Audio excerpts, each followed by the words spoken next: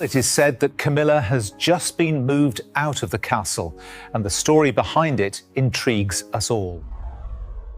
Queen Camilla has been forced out of the castle, and the reason is far darker than anyone inside Buckingham Palace expected.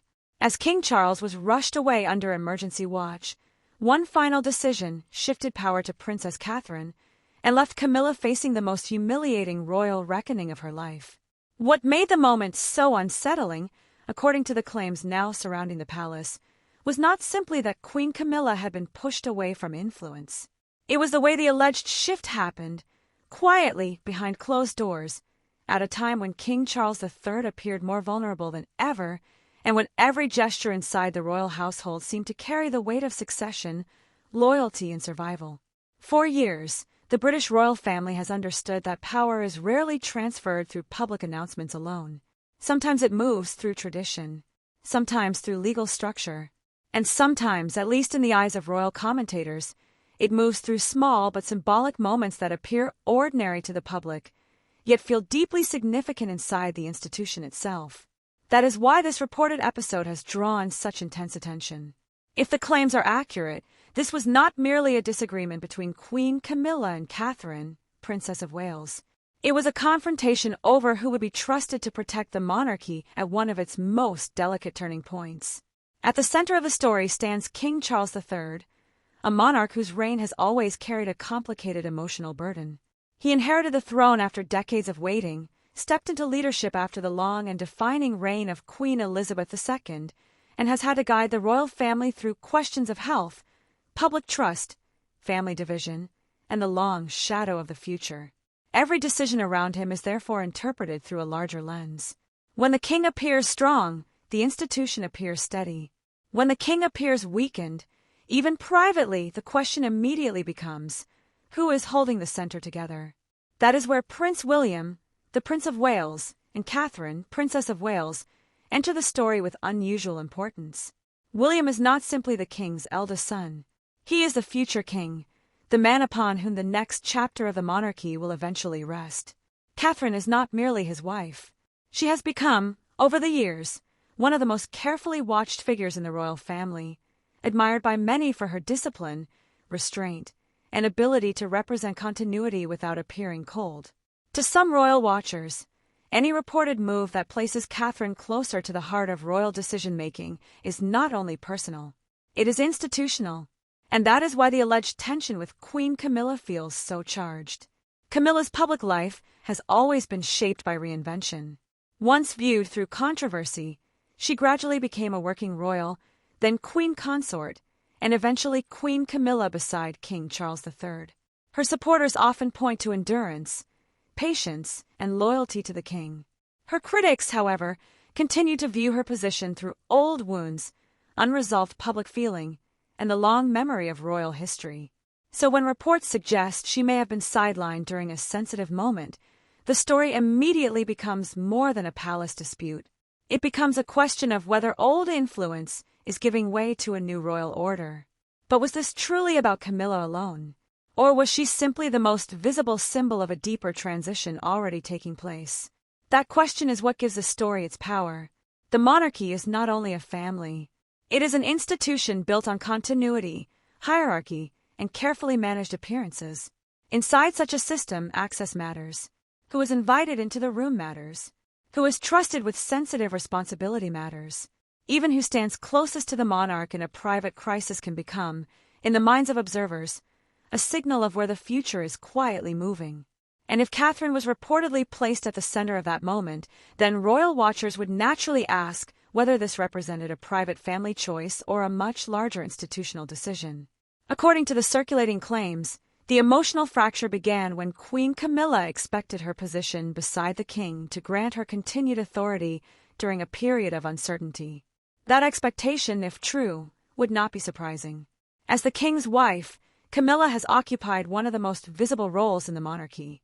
She has accompanied him at ceremonies, stood beside him through public duties, and shared the symbolic burden of the crown.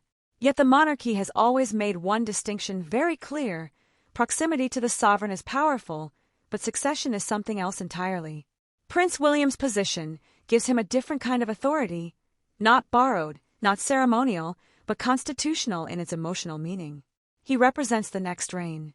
Catherine represents the image of that next reign's stability. And for an older royal audience that remembers decades of family storms, that matters deeply.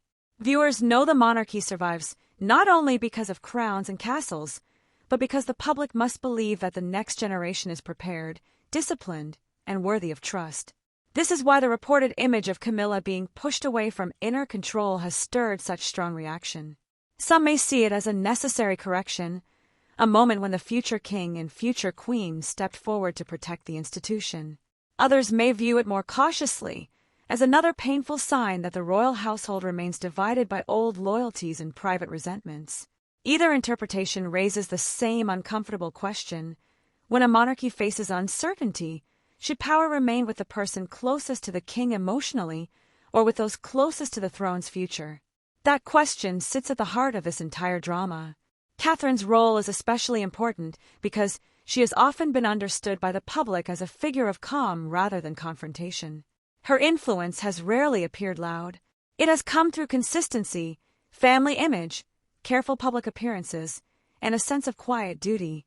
So if reports now place her at the center of a decisive royal moment, the contrast becomes striking. The Princess of Wales, often seen as graceful and restrained, is suddenly being discussed as a woman entrusted with something far heavier than appearances, the protection of the monarchy's direction. And yet, that very idea creates another layer of tension. Because if Catherine is seen as the future, what does that make Camilla? A queen being unfairly isolated, a figure whose influence has reached its limit, or a reminder that the monarchy cannot move forward without confronting the emotional complications of its past? Buckingham Palace has not publicly confirmed the dramatic details being discussed, and it is important to separate reported claims from established fact. But royal stories often gain force not only from what is officially announced, but from what they seem to represent. In this case, the deeper meaning is impossible to ignore. The alleged removal of Camilla from a position of privilege speaks to a much larger fear inside royal life, that when authority becomes uncertain, the battle for trust begins immediately. And once trust becomes the central issue, the story is no longer only about Queen Camilla, King Charles III, Prince William, or Catherine, Princess of Wales. It becomes about the future shape of the British monarchy itself, who will guard it, who will guide it, and who may be left behind as the next royal era begins to take form. And that is where the story begins to move beyond one reported palace incident and into something far more delicate. Because inside the royal household, influence is not always measured by who speaks the loudest, who appears most often in public, or who carries the most senior title on paper. Influence is often measured by access to the monarch, access to trusted advisors, access to family decisions, and access to the quiet machinery that keeps the crown moving when the cameras are gone. According to the claims being discussed by royal commentators, the alleged change around Queen Camilla was not only emotional, it was practical. If a senior royal figure is quietly moved away from the center of decision-making, even temporarily, the effect can ripple through the entire household. Staff begin to wonder whose instructions carry weight. Advisors become careful about which rooms they enter. Family members look for signals. And the public, even without knowing every detail, begins to sense that something inside the palace atmosphere has shifted. This is why the reported involvement of Catherine matters so much. For many years, Catherine has represented a kind of calm public continuity. She has not built her image through confrontation or constant explanation. Instead, her strength has often appeared in restraint. The careful smile, the steady walk beside William, the composed presence at national ceremonies, the ability to carry pressure without turning every moment into a public drama. That kind of discipline matters inside a monarchy, because the crown depends on the appearance of stability, even when private life may be far more complicated. But if the circulating reports are accurate, Catherine's role in this moment was not simply symbolic. It suggested a deeper trust, one that placed her not just beside the future king, but nearer to the emotional center of the institution itself. And that is where the story becomes more serious. Because when a royal wife is seen as trusted during a moment of uncertainty, the question is no longer just whether she is admired by the public. The question becomes whether she is being prepared, quietly and carefully, for the responsibilities of a future queen. For Queen Camilla, that possibility would carry a very different meaning. She has spent decades navigating public judgment, old controversy, and the difficult process of becoming accepted beside Charles. Her journey has never been simple. Some see her as a woman who endured years of scrutiny and eventually took her place with patience. Others still view her through the unresolved emotions of the past. But either way, her position depends heavily on Charles himself. Her authority is tied to his reign, his personal trust, and her role as his consort. It does not extend into the next reign in the same way William and Catherine's future naturally does. That distinction is uncomfortable, but it is central to understanding the power dynamic. A queen beside the reigning king holds status. The future king holds destiny. And when those two forms of influence appear to clash, the monarchy must decide which one protects the institution more effectively. This is where observers have begun to read the alleged situation not as a sudden argument, but as a sign of a slow generational handover. The royal family has always managed transitions carefully, often long before they are publicly acknowledged. Queen Elizabeth II spent decades shaping the image of continuity. Charles waited most of his life to inherit the throne. William has been raised under the awareness that one day he will carry the same burden. So if palace insiders have indeed begun placing more practical trust around the Prince and Princess of Wales, it may not be a rejection of the present as much as preparation for what comes next. Still, preparation can feel like displacement to those who sense their influence narrowing. That is the emotional tension at the heart of the reported Camilla question. Was this alleged sidelining an act of protection around the king? Was it a practical decision made during a sensitive period? Or was it a sign that the institution was beginning, quietly but unmistakably, to organize itself around William and Catherine as the next center of gravity? For viewers who have followed the British royal family for decades, this kind of shift feels familiar in one important way. The monarchy often changes before it announces that it has changed. A balcony arrangement changes. A title is used more often. A younger couple takes on more visible duties. A senior figure appears less central than before. None of these moments alone may seem dramatic, but together they can reveal the direction of travel. And in royal life, direction matters almost as much as decision. That is why the story has such strong discussion power. It touches something older royal viewers understand deeply. The monarchy is both a family and a system. Love, loyalty, disappointment, and personal history all exist within it, but they are never free from duty. Every private tension can become public symbolism. Every reported disagreement can become a question about the crown's future. And every change in influence can be interpreted as a message, even when the palace says nothing at all.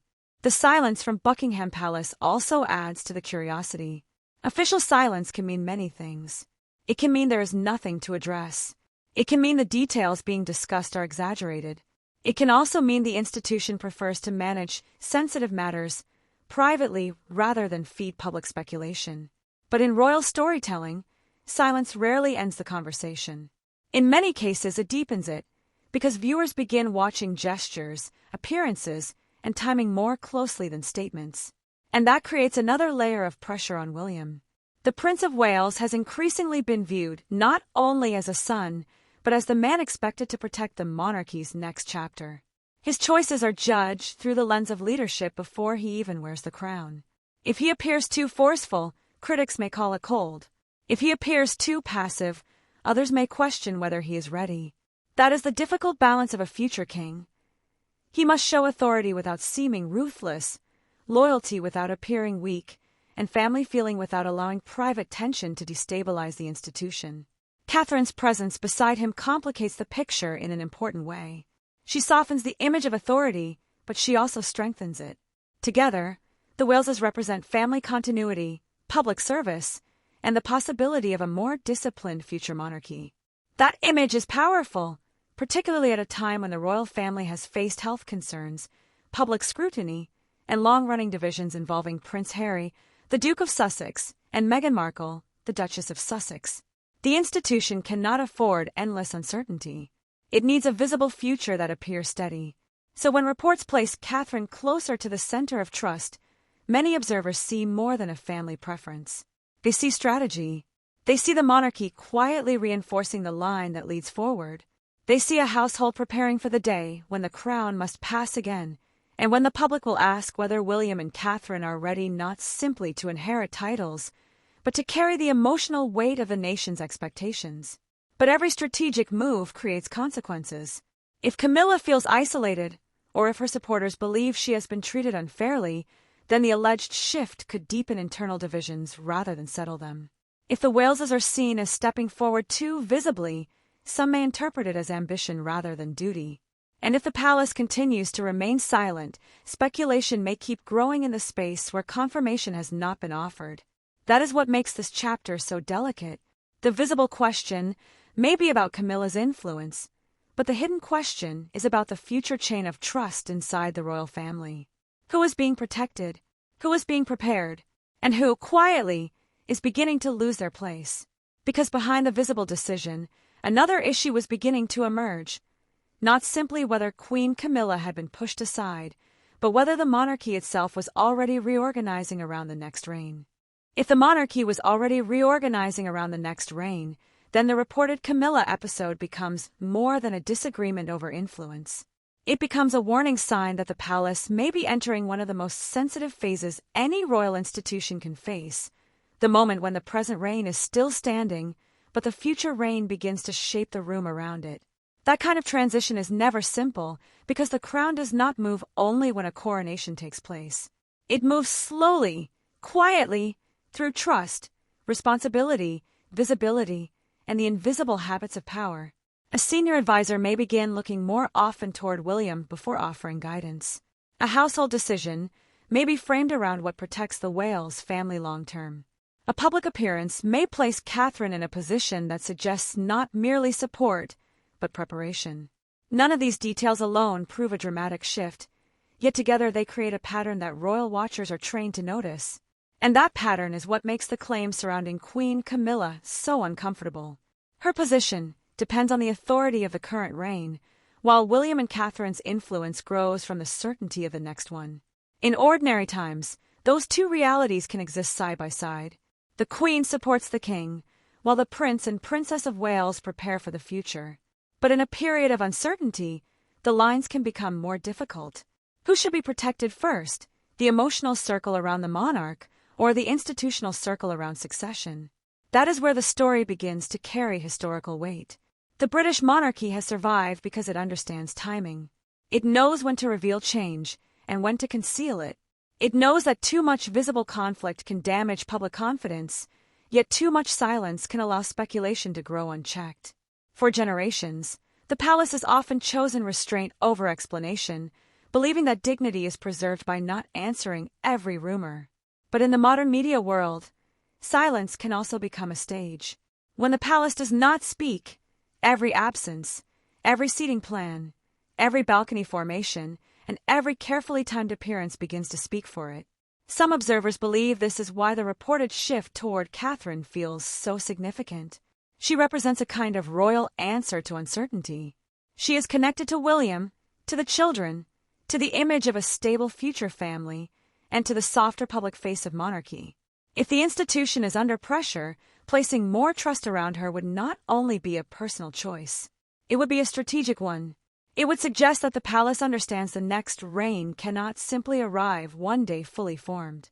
It has to be prepared in public imagination long before the crown changes hands. But that preparation may also create quiet casualties. Camilla's story has always been tied to endurance, but also to controversy. For decades, she lived under the shadow of public comparison, royal scandal, and emotional memories that never fully disappeared for some viewers. Her eventual acceptance beside Charles did not erase that history, it only softened it. So if she is now perceived, rightly or wrongly, as losing influence to Catherine, the contrast becomes powerful.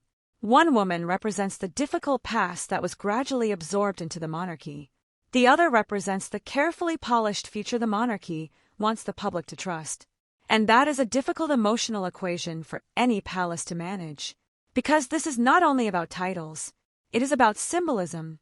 Camilla's presence beside Charles says something about personal loyalty, second chances, and the king's own life story. Catherine's rise says something very different: continuity, young family, succession, and a monarchy trying to look forward rather than backward. When those symbols appear to compete, even silently, the palace faces a challenge it cannot solve with ceremony alone. This may also explain why William's reported role is being watched so closely. The Prince of Wales cannot afford to appear as though he is waging personal battles inside his father's household. That would risk making the future monarchy look cold or ambitious. But he also cannot appear detached if the institution seems vulnerable. His position requires a careful balance, firm enough to protect the crown, measured enough to avoid looking ruthless, and loyal enough to respect the king while still preparing for the responsibilities that are inevitably coming toward him. That balance becomes even more important because the royal family has already been tested by public division. The long-running tensions involving Harry and Meghan showed how quickly private grievances can become global narratives. The health concerns around senior royals have reminded the public that monarchy, for all its grandeur, still depends on human fragility. And the constant attention around Catherine has shown how deeply the public now invests in the image of the Wales family as the monarchy's next emotional foundation. So if the reports about Camilla's reduced access are even partly accurate, the question becomes larger than one royal relationship. It becomes a question of risk management. Was the palace trying to prevent confusion around authority? Was William trying to ensure that no competing center of influence could weaken the line of succession? Was Catherine being protected, empowered, or quietly positioned? And perhaps most importantly, did Camilla understand that the future was beginning to move without her? That possibility is what gives the story its deeper tension. A monarchy does not need open rebellion to experience a power struggle. Sometimes the struggle appears through who is listened to first, who is informed first, who is trusted when the room becomes uncertain, who remains close to the monarch, and who is asked, politely or painfully, to step back from the machinery of decision. Buckingham Palace has not publicly confirmed the dramatic claims being discussed, and many details remain firmly in the realm of report and interpretation. But the emotional logic of the story is clear. Once the public begins to believe that a shift in trust has taken place, the meaning of every royal movement changes. A quiet appearance becomes a signal. A missing figure becomes a question. A calm smile becomes a performance of control. And a future king's silence can feel just as powerful as a public statement. Because the real question was no longer only whether Camilla had lost influence. It was whether William and Catherine had already understood the consequences of that loss before everyone else did, and whether the next move inside the palace would reveal just how far this quiet transfer of power had truly gone. And if William and Catherine had understood those consequences early, then the reported shift was no longer just reactive. It began to look strategic, not loud, not public, and certainly not something the palace would ever frame as a confrontation, but the kind of careful repositioning that has always shaped royal survival before the wider world fully understands what is happening. This is where the pressure surrounding Camilla becomes more serious. Because when influence begins to narrow around a senior royal figure, the first signs are rarely dramatic. There may be no official statement, no visible argument, no announcement that anyone has been removed from anything. Instead, the signs appear in smaller ways. A role becomes less central. A public appearance feels more carefully managed. A name is mentioned less often in connection with future planning. A younger royal couple appears more frequently in the emotional center of the monarchy's public image. Royal observers often watch those details closely because the palace has always communicated through choreography. The monarchy knows that a room can send a message. A seating position can send a message. The order in which people arrive, stand, speak, and withdraw can reveal what official language refuses to say. So if reports suggest that Camilla's access or influence had been quietly restricted, the greater question becomes what kind of message the institution may have been preparing to send without saying it out loud. For William, the risk was enormous. If he moved too visibly, it could appear as though the future king was pushing ahead before his time. If he remained too quiet, any perceived confusion around authority could weaken the very future he is expected to protect. That is why the reported handling of the situation matters. It suggests, according to some commentators, a model of leadership based less on emotional display and more on containment, keeping the palace calm on the surface while quietly tightening control behind the scenes. But containment is not the same as peace. And that is the tension that begins to rise here. If Camilla truly felt her influence slipping, even in perception, then her position would become emotionally fragile. She is not an heir. She is not the mother of the next king. She is not the public symbol of the monarchy's next generation. Her importance flows through Charles, through her marriage, through her long personal history with the monarch, and through the role she has gradually built beside him. That makes any reported reduction in her standing feel far more personal than administrative. It would not simply be a shift in royal management. It would feel like a judgment on her place in the story. And for the palace, that is dangerous territory. Because senior royals are not ordinary public figures. Their personal standing is tied to national symbolism. If one of them appears weakened, the consequences can spread quickly. Supporters may feel she has been treated unfairly. Critics may see confirmation of old suspicions. Commentators may begin revisiting painful history. And suddenly, a private adjustment becomes a public debate about loyalty, reward, punishment, and legacy. That is why Catherine's role becomes even more sensitive in this stage of the story. If the Princess of Wales is increasingly seen as the trusted figure around the next phase of the monarchy, then every comparison with Camilla becomes sharper, whether Catherine seeks that comparison or not. Catherine's silence can be read as discipline. Camilla's silence can be read as exclusion. Catherine's visibility can be read as reassurance. Camilla's reduced presence, if noticed, can be read as decline. In royal life, perception often becomes its own kind of power. This is also where the public image of the Wales family becomes central. William and Catherine have spent years building a sense of steadiness around their household. Not perfection, but order. Their children represent continuity. Their appearances suggest restraint. Their public language often returns to service, family, and duty. In a monarchy that has faced conflict, health worries, generational division, and public fatigue, that image is not just attractive. It is useful. It gives the institution something to point toward when the present feels uncertain. And that usefulness may be the strongest turning point of the entire situation. Because if the monarchy now sees the Wales family not only as the future, but as the safest visible anchor in the present, then the balance of emotional power has already changed. The crown does not have to pass for the public to begin looking toward the next reign. The public only needs to feel that the next reign looks steadier, clearer, and more united than the complications surrounding the current one. That possibility would explain why the alleged Camilla issue has become so charged. It is not only about whether she was moved out of the center. It is about whether the center itself has moved. Some royal watchers believe the institution may be trying to avoid exactly the kind of confusion that damaged the family in earlier chapters. The monarchy has learned, painfully, that mixed messages can become headlines. Internal tension can become documentary material.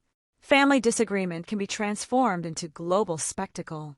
So if palace officials or senior figures perceived any risk around competing influence, the instinct may have been to simplify the chain of trust. One future, one visible direction, one family image strong enough to carry the next era. But was that protection, or was it a quiet form of exclusion? That is the question that gives this stage its emotional force. Because even when decisions are made for institutional reasons, they are still felt by human beings. Camilla's decades-long journey toward acceptance did not happen easily. To be seen now as someone whose influence, maybe narrowing, would carry a symbolic weight that her supporters would not ignore. At the same time, those who believe the monarchy must now focus on William and Catherine may see the alleged shift as inevitable, even necessary, because the crown cannot allow sentiment to interfere with succession. The contradiction is painful. The monarchy asks individuals to serve something larger than themselves, but it also depends on those individuals accepting when their moment begins to fade. That is one of the harsh truths of royal life. No role, however grand, is untouched by time. No influence, however carefully built, remains permanent once the institution begins preparing for what comes next. And this is where the reported story moves from private tension into public meaning. Because if the palace is indeed entering a period where the Waleses are becoming the emotional and strategic center of gravity, then the treatment of Camilla may be remembered not as an isolated dispute, but as an early sign of transition. A moment when the monarchy, quietly and perhaps uncomfortably, began choosing the future over the past. Yet even that does not fully settle the matter. Because choosing the future is never simple when the past still lives inside the palace walls. It leaves behind questions of loyalty, dignity, and whether an institution built on continuity can move forward without appearing to discard those who helped carry it through earlier storms. And that is where the final part of the story becomes impossible to ignore, because the real consequence was not only what may have happened to Camilla. It was what this reported moment revealed about the kind of monarchy William and Catherine may one day inherit, and the kind of monarchy they may already be helping to build. And if that is the monarchy William and Catherine are already helping to build, then the meaning of this reported moment becomes far larger than the fate of Queen Camilla's influence. It becomes a glimpse into a royal future where stability may matter more than sentiment, where public trust may be valued above private comfort, and where the next reign may be shaped not by sudden announcements, but by quiet decisions made long before the crown changes hands. That is why this story has carried such emotional force. It touches the one subject the palace can never fully escape: transition. Every monarchy must eventually move from one generation to the next, but the British royal family carries that transition under a level of scrutiny few institutions in the world could survive. The public does not simply watch the crown. It studies it. It remembers old wounds, compares old figures with new ones, and looks for signs that the next chapter will either heal the institution or reopen its deepest divisions. For King Charles, the difficulty of this moment is especially profound. His reign was always going to be a bridge, not because it lacks importance, but because it stands between two defining eras. Behind him is the long shadow of Queen Elizabeth II, whose image became almost inseparable from duty itself. Ahead of him is William, the future king, and Catherine, the future queen, whose family has become the monarchy's most powerful symbol of continuity. Charles is therefore not only ruling in the present, he is also managing the handover of public imagination from the monarchy people new to the monarchy people are being asked to trust next. If the reports surrounding Camilla are accurate, then they reveal just how difficult that handover can become when personal history and institutional necessity appear to move in different directions. Camilla's place beside Charles has meaning. It represents endurance, partnership, and a complicated journey toward public acceptance. But William and Catherine represent something the institution cannot delay forever: the future. And when the future begins to require more space, those attached to the present may inevitably feel the ground shifting beneath them. This does not mean every interpretation being discussed is true. Buckingham Palace has not publicly confirmed the most dramatic claims, and royal observers should always be careful about treating speculation as established fact. But even as commentary, the story reveals something important about how the public now understands royal power. People are no longer only asking who has a title. They are asking who has trust, who has credibility, who can calm a country during uncertainty, who can protect the monarchy from becoming trapped in its own history. That is where Catherine's symbolic importance becomes impossible to ignore. She is not presented by the institution as a political force, nor does her public image depend on open confrontation. Her strength is quieter than that. It is built on steadiness, family, restraint, and an ability to appear composed when the royal spotlight becomes unforgiving. In a modern monarchy, that kind of presence can become deeply powerful because people often trust what feels calm. And if the Princess of Wales is increasingly seen as the emotional anchor of the next era, then her influence may grow even without being openly declared. William's challenge is different, but just as heavy. The Prince of Wales must prepare for kingship without seeming impatient for it. He must protect his father's reign while also protecting the future that will one day belong to him. He must show loyalty to the family, but not allow family loyalty to cloud the institution's survival. That balance may define the kind of monarch he becomes. Not whether he can wear the crown, but whether he can carry the difficult decisions that come before it. And this is where the reported Camilla question becomes a test of royal perception. To some viewers, any move that reduces her influence may look harsh, even unnecessary, especially after the years she spent standing beside Charles through scrutiny and criticism. To others, it may look like a natural correction, a recognition that the monarchy can no longer organize itself around old emotional battles when the next generation must be made ready. Both interpretations carry weight because both touch real truths about royal life. Loyalty matters, but so does succession. The deeper consequence, may not be immediate. It may not appear in one headline, one ceremony, or one palace statement. Instead, royal observers may begin watching for patterns. Does Catherine take on more visible responsibility? Does William appear more central in moments of national reassurance? Does Camilla remain prominent beside the king, or does her role become more ceremonial and less influential? Does the palace lean more heavily into the image of the Wales family as the emotional future of the crown? These are the details that may reveal whether this reported episode was merely temporary turbulence or part of a larger transformation. History shows that royal change often feels slow while it is happening, then obvious once people look back. What seems like a small adjustment in 1 year can later appear as the first clear sign of a new order. A shift in visibility, a change in tone, a different figure trusted with the public's emotional confidence. And perhaps that is the real meaning of the story. Not that one person has won and another has lost, but that the monarchy may be quietly deciding what version of itself can survive the next generation. So the final question is not simply whether Queen Camilla was pushed aside or whether Catherine was brought closer to the center of royal trust. The question is what the monarchy is trying to protect. Is it protecting the dignity of the present reign, the stability of the future reign, or the fragile bridge between them? And if William and Catherine are already becoming the clearest symbols of that future, then the palace may be entering a new chapter before the public has been formally told. So what do you think? Was this simply one reported royal development, or does it point to a much larger shift inside the monarchy? Was it about family loyalty, institutional protection, or the quiet beginning of a new royal era? Share your thoughts in the comments below. And if you enjoyed this deep royal analysis, be sure to subscribe and turn on notifications so you never miss our next documentary-style royal story. Because in the royal family, the most important changes are not always announced. Sometimes, they are quietly revealed by who the future begins to trust.